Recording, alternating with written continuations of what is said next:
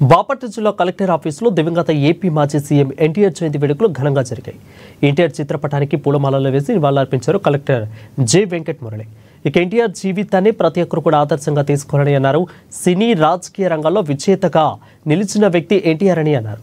కార్యక్రమంలో అధికారులు పాల్గొన్నారు.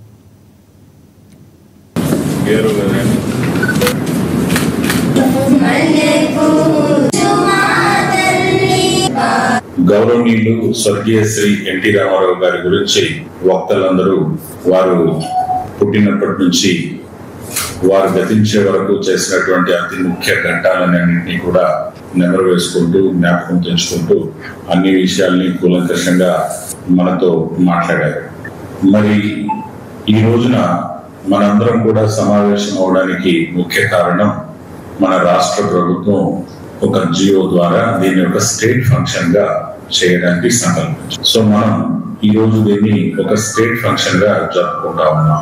మరి ఈ రోజున మా ఏజ్ గ్రూప్ లో ఉన్న వాళ్ళందరూ కూడా ఎన్టీఆర్ అభిమానులు